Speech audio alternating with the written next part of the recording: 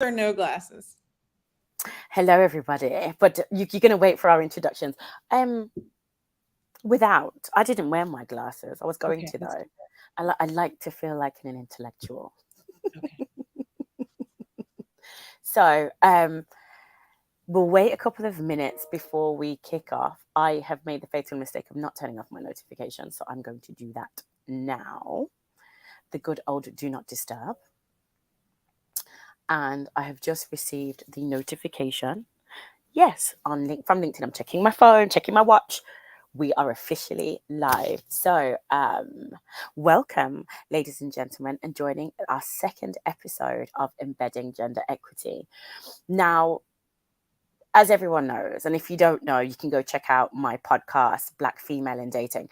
I'm not shy, I'm not scared, and I don't like to shy away from topics regarding sexuality, fertility, but I think, and one of the reasons why we're having this discussion today is for the fact that loads of people are really scared of the topic, for the fact that we have to start to normalize talking about fertility. We have to start to normalize talking about options, not least because as women, we are choosing to have children later, and it should be based in a concept around what you choose as opposed to what people expect of you.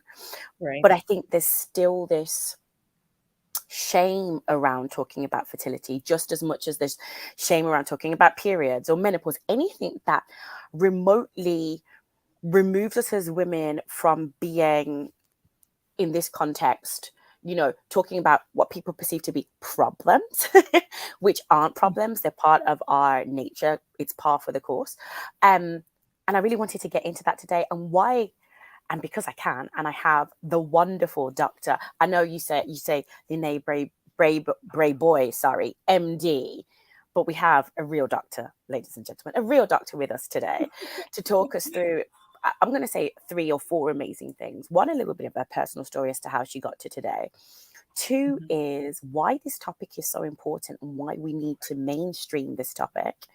Right. Three, the work that she's doing, harnessing the power of AI, because I think one of the questions and one of the things I also play with, I see the benefits of AI, but I Mhm. also see the dangers of it with it has to be programmed by somebody. And everyone's question is how can we harness its power and circumvent, eradicate, remove the racism, the sexism, the misogyny that is built into it? So Right. I'm going to take no pun intended, a pregnant pause here. I'm gonna try not to cackle, but all your jokes make me laugh. Thank you very much. And I'm going to ask you, can you just introduce yourself? And like, I'm, Sure. I'm excited for you to shoot for the stars, and then we can carry on. Okay. Okay. Well, thank you so much, Leanne, for the invitation. It's a delight and pleasure always to talk to you. And every time I laugh so hard I cry when we talk. But my name is Dr. Lynae Brayboy. I'm an OBGYN, a reproductive endocrinologist, a fertility specialist, a femtech executive, and now I have co-founded Ovum Care, which is a hybrid IVF clinic that leverages AI tools to actually improve accessibility, improve the patient experience, and improve success rates. And we do that through AI. And how did I start in this? So I am a woman, a cis woman who has gone through life without answers as well. And there is so much stigma that has always been attached to almost everything that I have tried to do in my reproductive life. Yeah. So there were a lot of things I didn't know about. I am the child of two business people who are completely not medical, but fortunately, I had a grandmother who at least gave me some baseline information. But I think for the most part, we don't get, as women, as people with ovaries, we don't get the information that we absolutely need. So I had an unintended pregnancy at 24, and Mm. then wasn't able to find a partner in my 30s and into my 40s. And now I'm moving into perimenopause. And so there are a lot of things that I wish that I had a chance to talk about with someone who was knowledgeable. Mm. Also in my 30s, and what a lot of people who are female and have ovaries don't understand is that in your 30s, that's when you actually a lot of times have your sexual awakening, and you start to realize what you like and what you want and how your body works. And Mm. that's unfortunately at the same time when your fertility starts to decline. And I was very, how do I say, I was conflicted because I Right. was in a clinical position talking to patients about their sexuality, and I had not had an orgasm. So we're going to get real. We're going to get really real. Yeah. We're getting Listen, real today. yeah, it's a real conversation, because I think unpacking, and you wrote this wonderful article which I'm going to put into the comments. It's unpacking our fertility, or decoupling our fertility from our sexuality, is a really important topic, because you can't think about your fertility in conjunction with the two. And I think this is a really important point that you're making. And I think there's so much, and I think your conflict is going to resonate with so many people. Potentially no one will even interact with this live or even say that they're in the audience. Later, they'll be like, did you have an Right, orgasm? right. It's going to be like, questions. And I think that reflects the part of the conditioning we've received. To your point, we've been I still remember sex education when I was I think I was 9, or to 9, 10. And as you said, everything looked at a very, very clinical point of view. And we continue the biological clinical point of view, even when you kind of get to kind of secondary education, PSHE. Like, I don't know what it's like now. So if there are any teachers, please let us know. But everything's very clinical, and everything is this is what everything looks like. These are your organs, etc., etc. And when sex happens, it leads to a child. And that is the framework that's the framework we're brought up with. Simple. That is the framework. And that's the framework we operate in. So to your point as well, this question of discovery, exploration, is one that doesn't necessarily happen by default. It's usually triggered by something. Right. That's right. And for me, I was triggered by the fact that, I was talking to patients, but I didn't have the answers.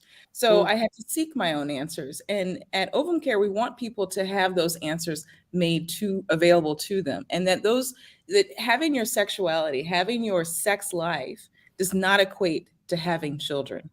And so for me, I had already had a child. So I wasn't under this pressure, under this need to have a child with anyone who was available. But a lot of people in their 30s and mid 30s feel like the biological clock, which I hate that term, is ticking.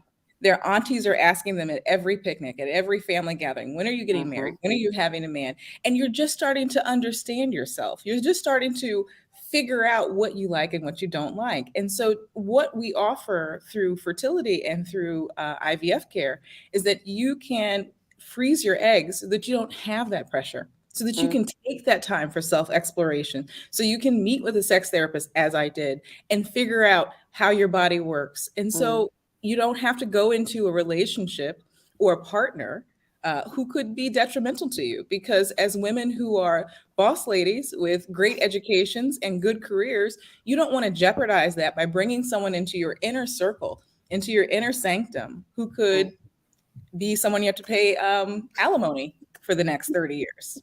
Real talk. And I think there's something that you said in that it's this part about, I know people don't like the concept, and we all know that there's no real thing around having it all. We can't always, or you can have it all, but you can't have it all at the same time. That's what they say. You can have it all, but you can't have it all at the same time. And I think that there is this stigma. You wrote about it in your article, which I've put the link in the comments. But also, I read another article which was, that same thing about if you do decide to freeze your eggs, people are like, well, you're giving up, and you're like, no, actually, it's not giving up. I'm taking charge. I'm using my agency to say, I don't want to be pigeonholed. I don't want to make a rash decision because I've decided, I'm worried about my fertility, and what I'm going to have to do now is make a decision in haste because I'm worried about the time. That's right. And I'm not worried about, and I'm not considering the person who I'm making this decision with. It's restoring the control to you so that you can decide on the best partner for you later. and you don't have to do it at the times of your peak fertility. So there's data to show that in your mid 20s to your early 30s is your peak, but this is when your career is taking off. This is when you're finishing training. This is when you're trying to climb the ladder. And then at the same time, you're trying to date, and it's very hard. Dating is a full-time job. And so again, and you're in this time of self-discovery still in your sexual awakening. So why have that pressure when you can be a modern individual and use the tools that we have available? So the birth control pill, we think of it as being a wonder in the revolution of reproduction, and people have accepted that. But IVF is newer. And when you think about the two things in women's health that have really empowered us to have control over our reproductive lifespan and our reproductive lives, it's the birth control pill and it's IVF. And so IVF includes egg freezing, right? So that's part of what we do in assisted reproduction. Excuse me. And I think we don't, somehow that conversation hasn't been so easy. Everybody knows about the birth control pill, hopefully. And now just this week, it's been available at least in the US over the counter, the progestin only pill. So that's amazing. That allows access, right? When it first arrived on the scene, of course, there were potential clergy individuals and community leaders who, this is terrible. And so, but now it's become mainstream. And so this is the point that I'm making for assisted reproduction, which includes egg freezing, includes IVF.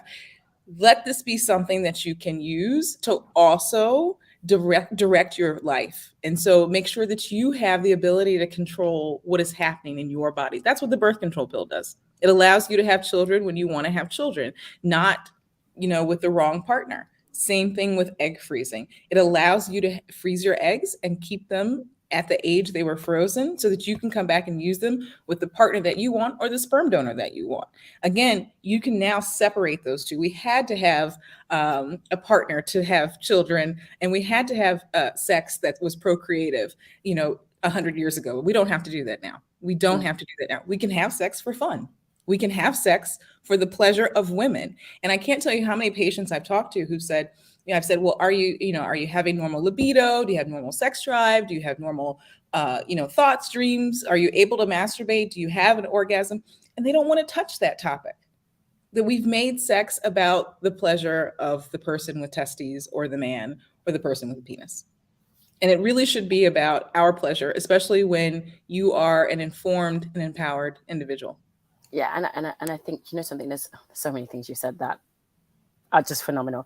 So I'm going to start with the first one, and I'm going to say, you've done something really powerful in what you've said just there, which is reframing how we interact. And I take full personal responsibility as well, which is reframing how we interact or how egg freezing and IVF has been marketed. Because just from a social perspective, how the pill's been marketed, it's got different positioning. The positioning is very different. Yes. So, in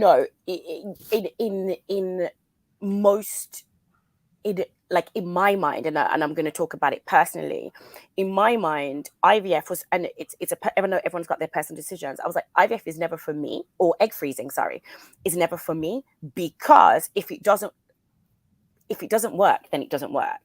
But what you've said is completely debunked that. It's like, it shouldn't be just about fertility and the end game of having a child. It should be about providing yourself with freedom, especially when you're looking at where you are in your life and what it is you're trying to achieve. And looking at how, I liked how you said it, people with ovaries, women are interacting with careers, education, and we continue to push, and we do it for longer before we make those decisions. And I'm going to put in parentheses what you said, that dating is a full-time job, and I don't believe that's a lie, right? Yes. So it's 2 full-time jobs to try and find and balance both. Yes. Why not? I'll call it insurance, if you will. Why not? I don't like to call egg freezing insurance, but taking control is insurance. Yes. In that sense, exactly. Yes. It's not leaving it to the last minute, to the unknown, but actually saying actively, there are certain things, just like with your career and everything else, we say there are certain things I'd like to achieve in my life. How do I achieve it? And this should be on the list. and it shouldn't be. And I think it definitely is, and I definitely this. I think there's a lot of socializing the concept of it is not for women who are desperate, women who are lonely, women who are No, trying to fulfill, no, unconditional love, blah blah no. blah blah blah. It is your freedom, and I Yes, think that's the powerful part. It is your yes, freedom, and when you also talked about the reticence of talking around kind of sexual habits, yeah. With your gynecologist, like who else is going to ask but your right? gynecologist? Yeah, hopefully.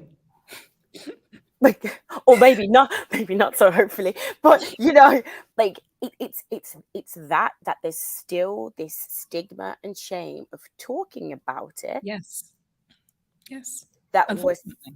that it's within very very few rooms that women even talk about it amongst themselves, Right, much much right, lesser much lesser gynecologist. And right. I'm sure you've watched this series. I haven't finished it, but the principles of pleasure, or the pleasure principles on. No, I haven't actually. I haven't. I've been so busy. I haven't watched anything, but I watched a lot of An African City, which is sort of like Sex in the City, but African version. And they talk about pleasure a lot. And I loved it. It was centered. It was centered. But I have to watch this one. Go on though.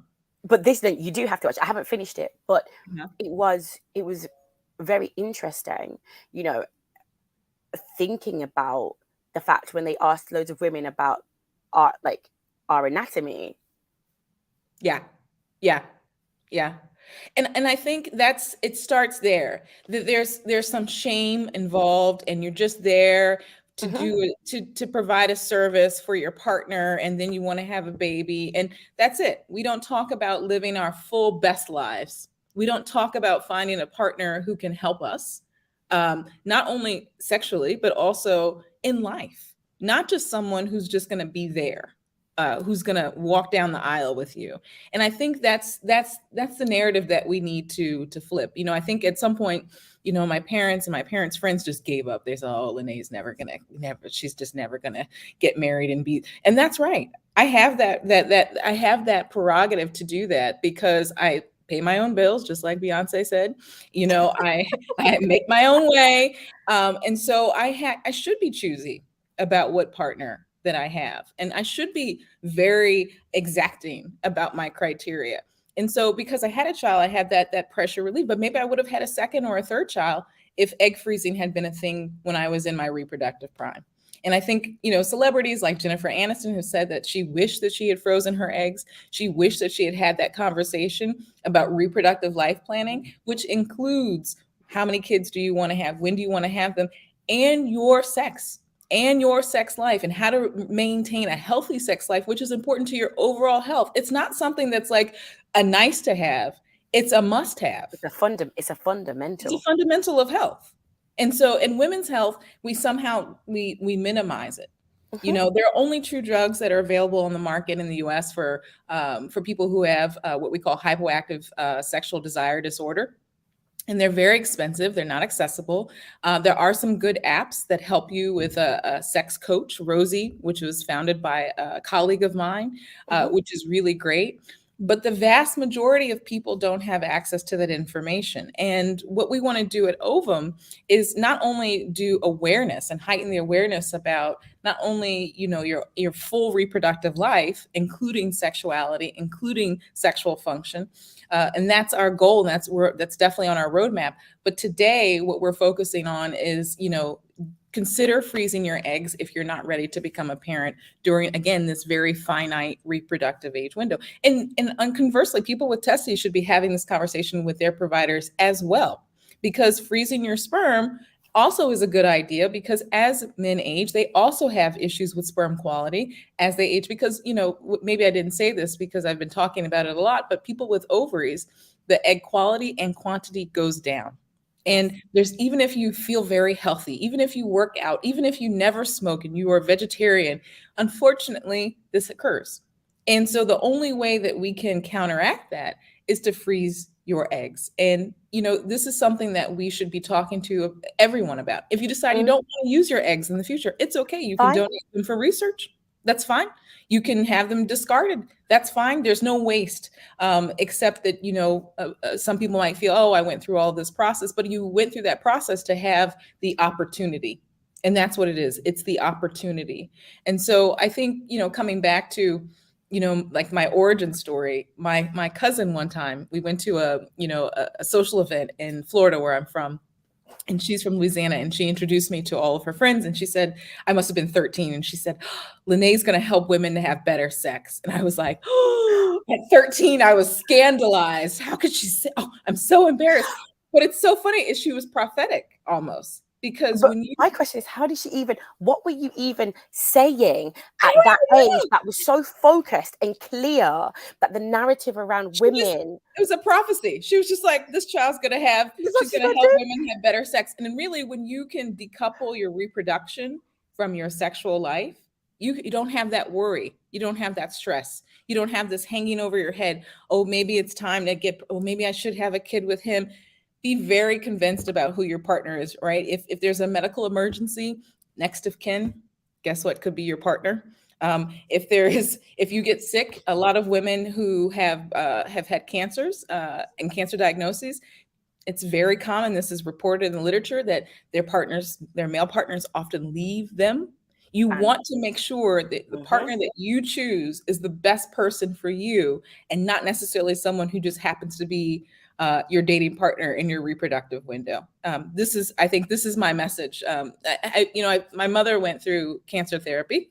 She had stomach cancer, and my father was amazing with her. And I think I have this in my mind that, oh my God, what if I had to go through that? Anybody that I've dated up until now, would they be someone who would step in and take over and support me completely? If they don't pass that acid test, they're out. They're out. Right. Yeah. And freezing your eggs allows you to have that acid test. So you're not like, well, maybe, ooh. No. As my dad always says too, if they show you their true colors, they're not going to get better after you marry them.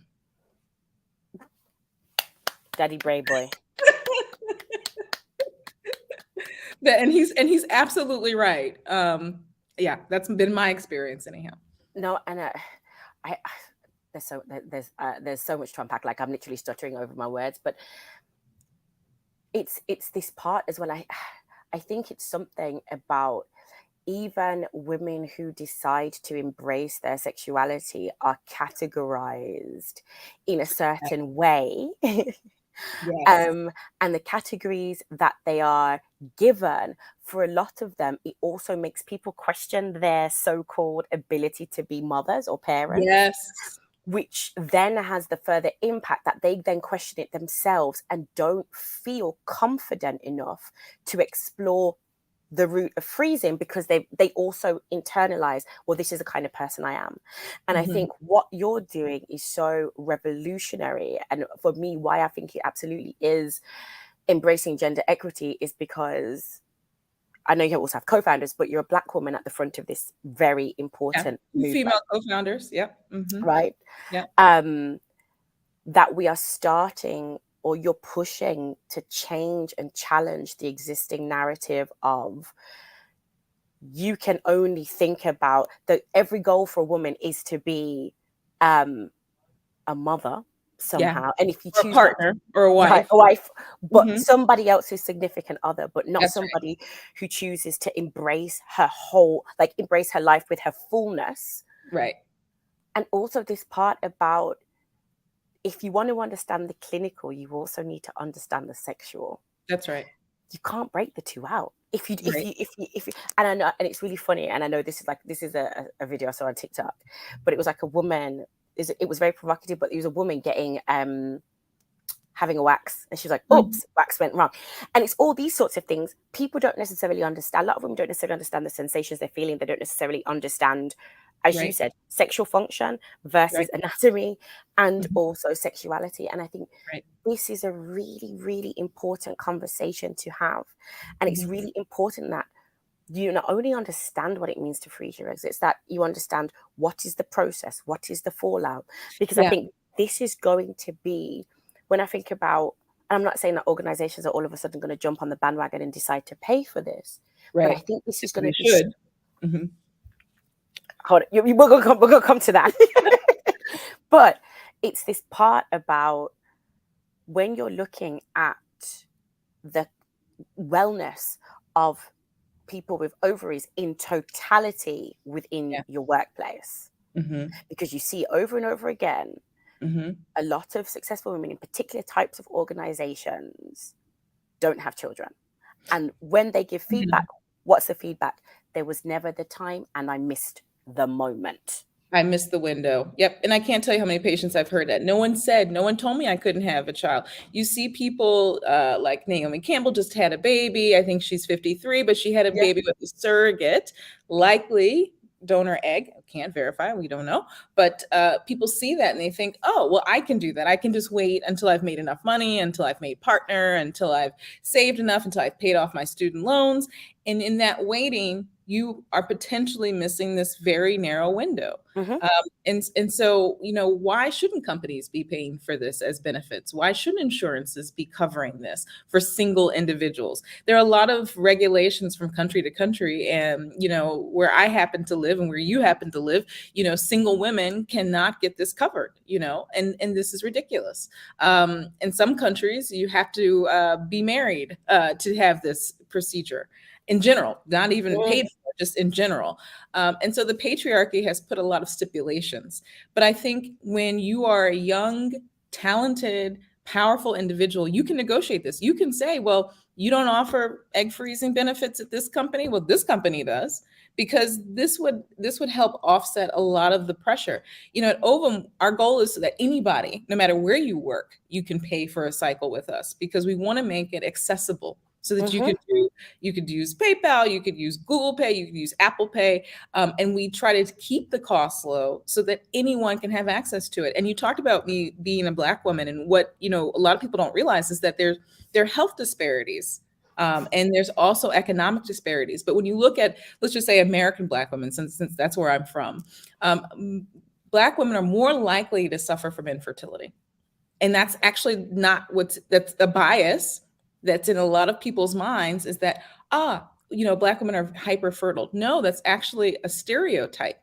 It's Mm-hmm. actually a stereotype, and have higher rates of infertility. And also, by the time they get the services they need, the care they need, it is often poor outcomes because they have had a delayed trajectory. It's a delayed referral. There's not this proactivity of, how do you want to plan your family life in the future? Do you want to have biological kids? There's none of these questions, these options that are being presented when you're in your early 20s, which should be presented. Instead, it's a conversation of, here's the birth control pill.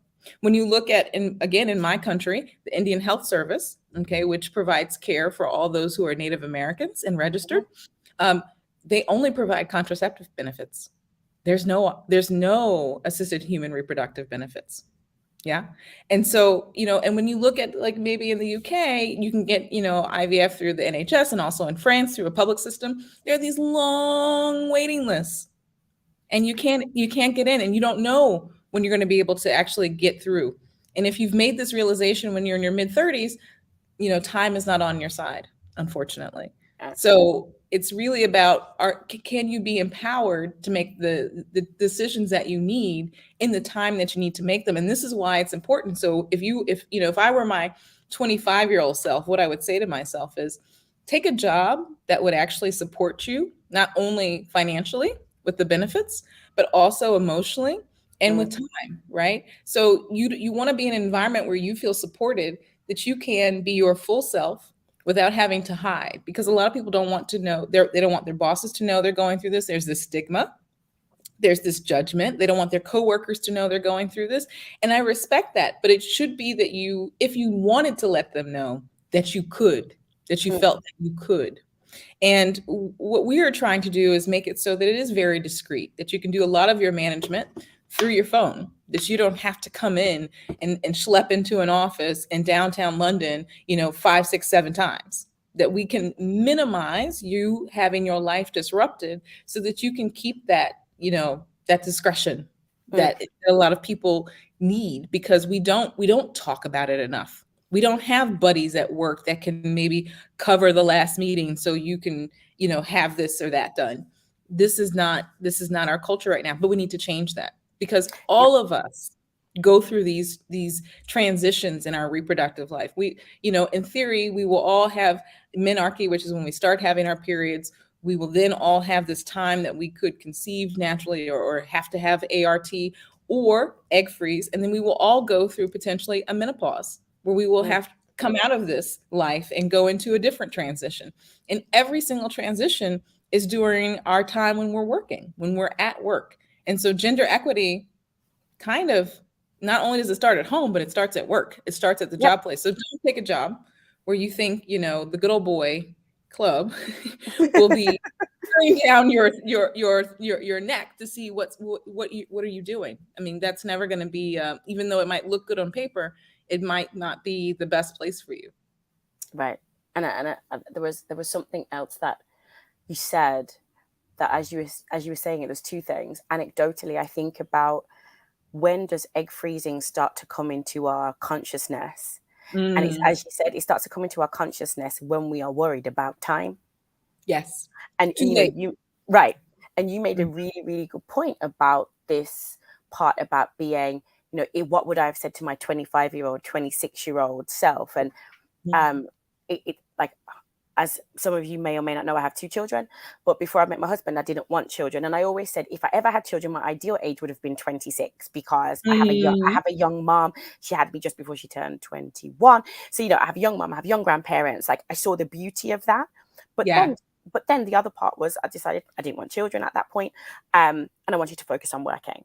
And it's that part of, and I was lucky, I got pregnant without any issues, etc., etc. But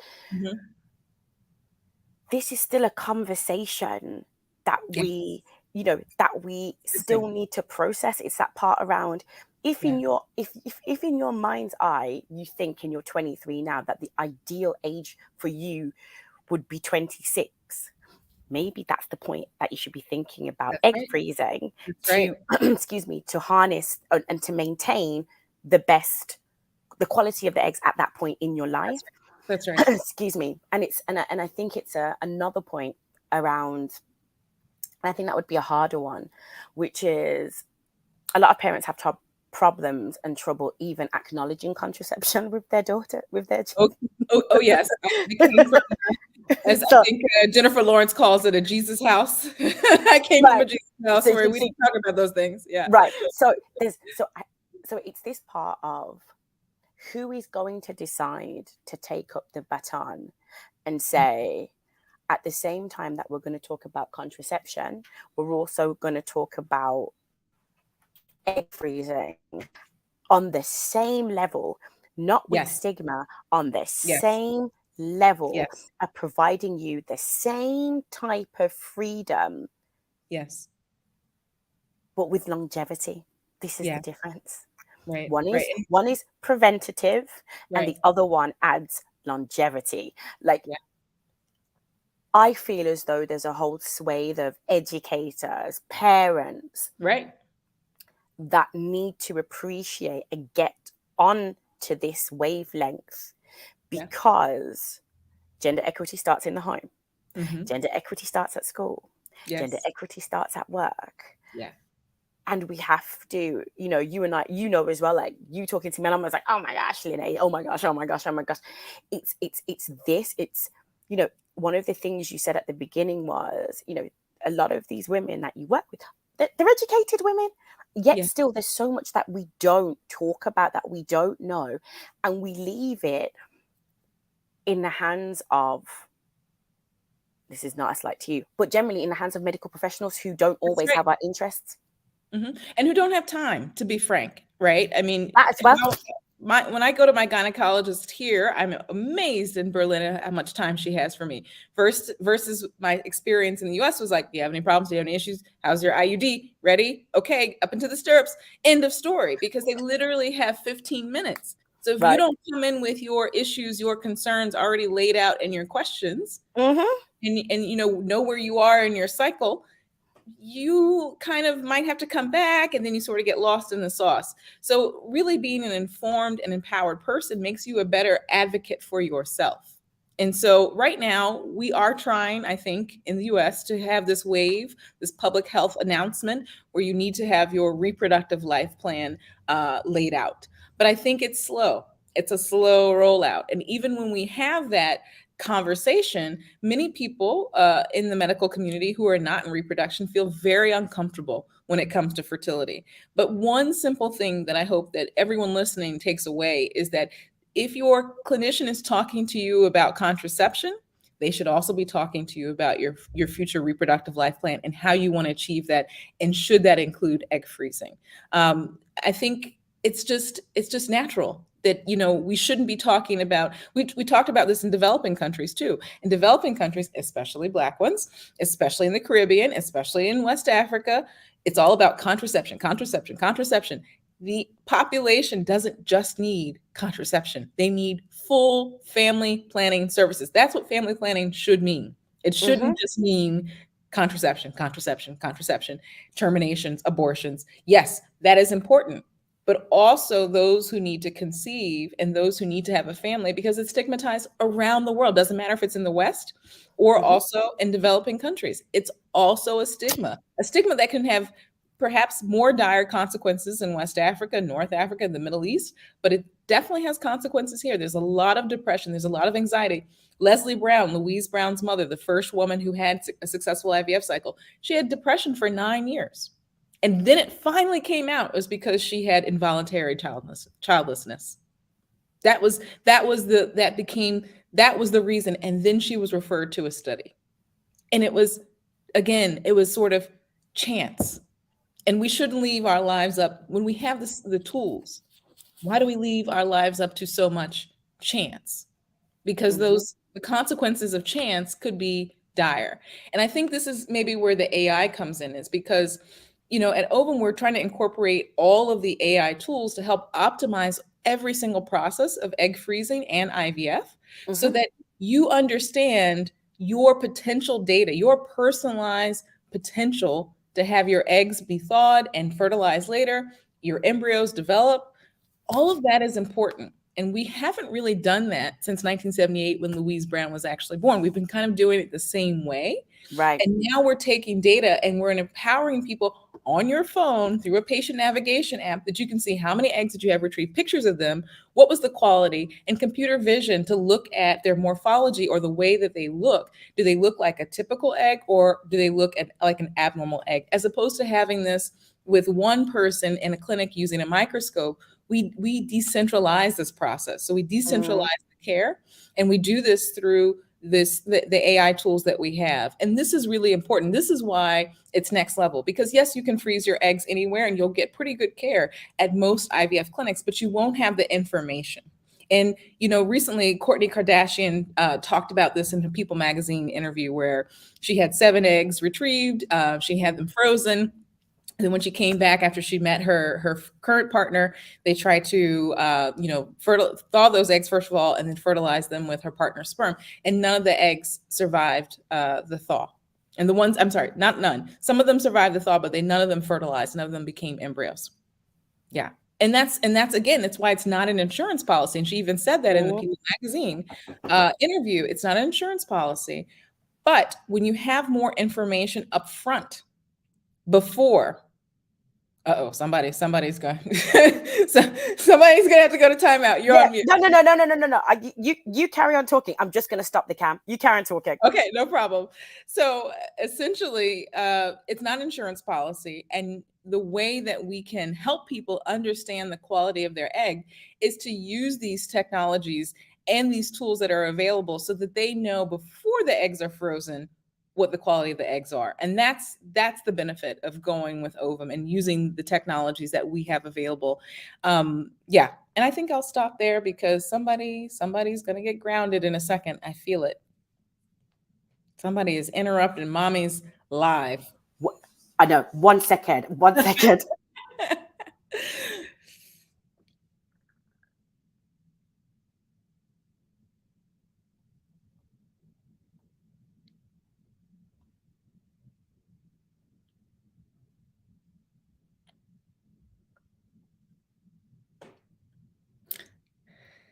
Well, I could put some things in the chat while I'm waiting. I'll put the website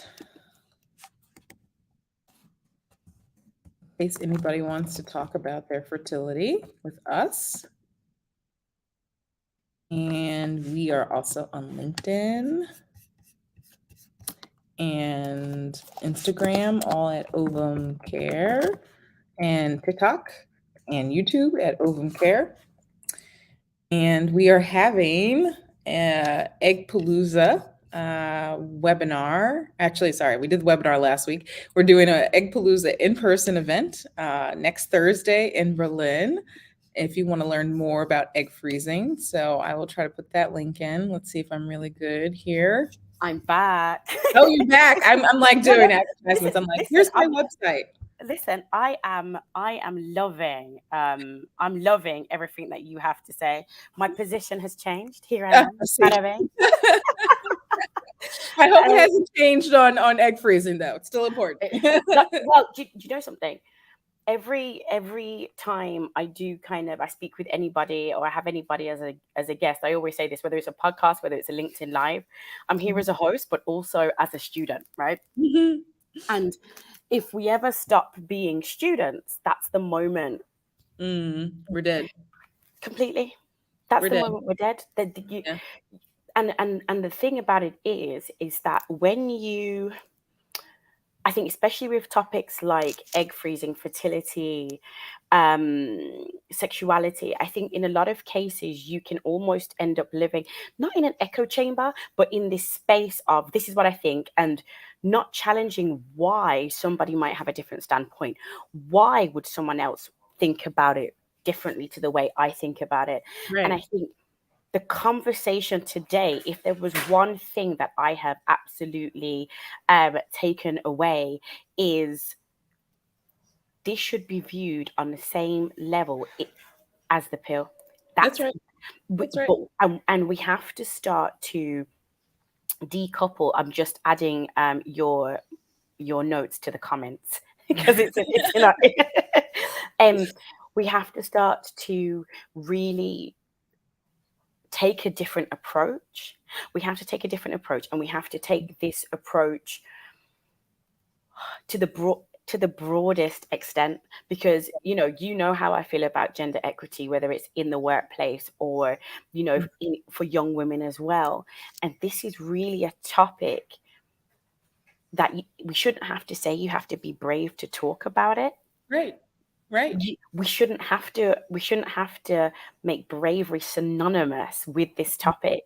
It should be just as easy to say as I have my period. And I still think about my mom was never one. For anyone who does know, my mom and I call us the double pack. She was a single parent. I grew up just with her. Mm-hmm. And basically, my mom was never one to there were no men in the house, so I didn't have to hide my period, of course not.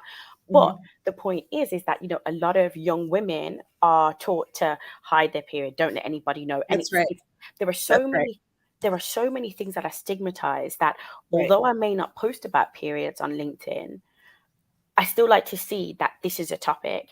I like to see what people are saying, like what people with ovaries are saying, what women are putting out there to say, look, all of this affects me. I watched even, I think it probably was TikTok, this video about an organization, I think they're based in Canada, and they have some sort of, I think it's a belt that goes on your lower stomach to help with period pains. And they did some tests with men. Yeah. And they said, did you see the pain test? Yes. And men were screaming and writhing. At level 3. Yeah. At level 3, like level 3 works of cramps. I've seen this, maybe not on TikTok, but I've seen something similar. Yes, level 3 works of cramps, and it was like, oh, and it's like these are the things that, because in many ways we've started to hide them. You hide your period, you hide potentially involuntary childlessness, you hide your menopause, you hide perimenopause, you hide all of these things, fibroids, sexual dysfunction, all of these things that we hide does us a disservice. That's right. Because it's then downplayed and minimized as not being, period pain can't be that important. Yeah, you're fine. Right. Involuntary childness can't be a real thing. Just relax. Yeah. Mm-hmm. And I think this is why I was so gung ho, if you will. I hope that is not a politically incorrect statement. But when you say something, you're like, I've said it now, and I'm like, if someone comes for me, I apologize. But this is why I was so kind of charged up, and I really wanted to have this conversation with you. Mhm. It's because the whole premise of this series, Embedding Gender Equity, is to really say we are still full people when we're in the Yes. workplace. Yes. So everything about my life, Mhm. everything that I experience in my life is impacted in the workplace. And if I spend most of my time there, then we Right. have to have these kinds of discussions. And you Right. have to think about it as being a wellness benefit. And I'm Right. not saying that everybody has to all of a sudden declare their involuntary childness or their processes. But what I am saying is we cannot afford to keep maintaining the stigma and or only thinking about women and gender equity in the constellation of I want to move further up the career path, because that Right. is not the only way for us to express it. Right. Right. And I think the silence does more than just a disservice to the workplace that we're in. The silence also parlays into the funding, right? I mean, when you look at research in women's health, it's abysmal. It's terrible. When you look at, who is the person getting the funding dollars, it's not women on average. Mm-mm, mm-mm. So not to say that women are the only people who, do research in reproductive biology, but when I look at, let's say neuroscience versus reproductive biology, I see a lot of women represented. And there's this struggle in women's health to get funding. If you don't have funding, you can't produce data. If you don't have data, you cannot produce guidelines. You can't produce clinical guidelines to help individuals. And so the silence is, I love Audre Lorde. Her work has really, I think, enlightened me. Your silence will not protect you. No, That is one of her best works, because it won't. And if you do everything that the patriarchy wants you to do, you show up at work, you work really hard, that somehow that you're going to be severely rewarded. Not you necessarily. won't. But Not but I necessarily. but Then you I could be think sacrificing yourself in the process. but the largest misconception is, and I get on my soapbox about this, especially within the context of like being the good employee, which is that is what is expected of you. You Yes. don't you don't get benefits, you don't get bonus points for doing what somebody expects of you. Right. No. Right.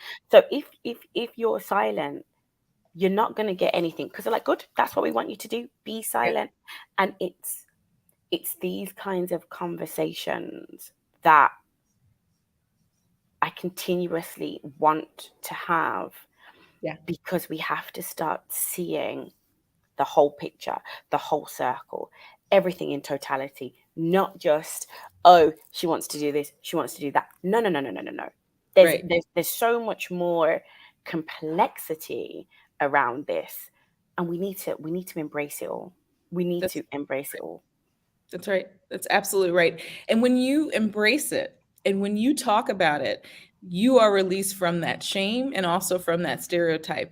There's this stereotype of the Jezebel who is loose and not married. And this is the stereotype that I grew up trying to avoid. But actually, the wonderful thing about that is that when you are unmarried and unattached, you can make your own decisions. You don't have to consult anybody. You do your own thing. And so we need to sort of break that's a stereotype that's imposed by the patriarchy to keep people in their place. And what I'm saying to people, and if anyone is just coming on, top tip is do not subscribe to that. Do not be in the confines that society has carved out for you.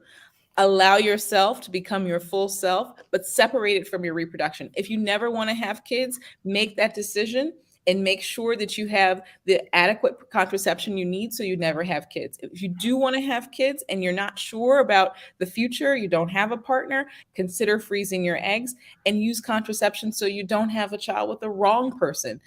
These are the things that I think I wish someone had sat down and talked to me about when I was 25. And this is, you can be a full person at the workplace. You can find your crowd at the Mhm. workplace. that you can talk to about this, but there's also the ability to find community online. The things that I didn't have necessarily in my early 20s were the online fora, where you could actually join communities and find people who are going through similar things and discuss it. And I think what we're trying to do at Ovum is provide some of that community through our client app, so that people can find people who are also going through egg freezing, who are also having to do the ejections and the monitoring and the retrieval. It's a process for sure. And it does have an emotional cost to it, and some people do need support, and we want to provide that support, but also it's important to find your people. And so choose a job where you can find your people and also get benefits, because everything costs money. We want to try to make it as low cost as possible, but it does cost money. And if your job is not willing to support you in that, then maybe there's a better job around the corner. And so Mhm. don't be afraid. Don't be afraid to demand and to negotiate, because I think, again, women are not taught to ask for what they want and make it very clear what they want. That is somehow unbecoming or unladylike. And I want to say, get rid of all of that. And don't think that you have to wait on Mr. or Mrs. Right before you have a child. You can actually decide now, I want to have a child in the future. You can freeze your eggs and find the Mr. or Mrs. Right to help you in the future, be your life partner. That is a word and a mic drop. So I'm not even gonna like, because you know what? I know that if I say something, I'm gonna open another can of worms. Do And it. You have 10, no, we have 9 minutes. Do it. Do it. no, do you know what? Okay, this is what I was thinking. I was thinking about the fact that if I wanted anyone to think about their working life, always remember one thing: the employer-employee relationship is a mutually beneficial one. But Absolutely.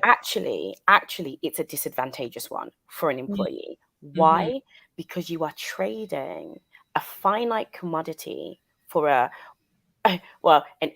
finite commodity for an amount of money. Always remember that once you've given an organization your time, you Mm, can never get get it back. that time back. That's They right. give you money for it, yes, but you also work for it. So Yes. when you're thinking about your, reproductive planning, remember that once that time is gone, your company will not seek to compensate you for your loss. Not. It will just be that was your own fault. You didn't plan properly. Yeah. So just and this is not me saying everyone should go resign and whatever, none of that. But what I'm trying to say is always keep it in perspective. That's Just right. as much as you know that you are not, what's the word, no one is, it begins with a D. Oh Ooh. man. Ooh, I'm bad at these games. Hold on. Oh Disposable? No. yes, it's something like that. Yeah. Yeah. Okay. I don't You know. know what I mean? That one anyway. You can always be replaced.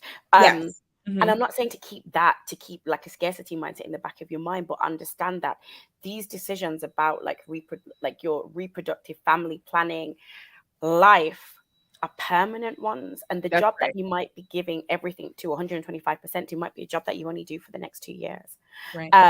So for me, it's just adding that extra context of, you're not always, you said something really strong about chance can also mean you don't land where you want to.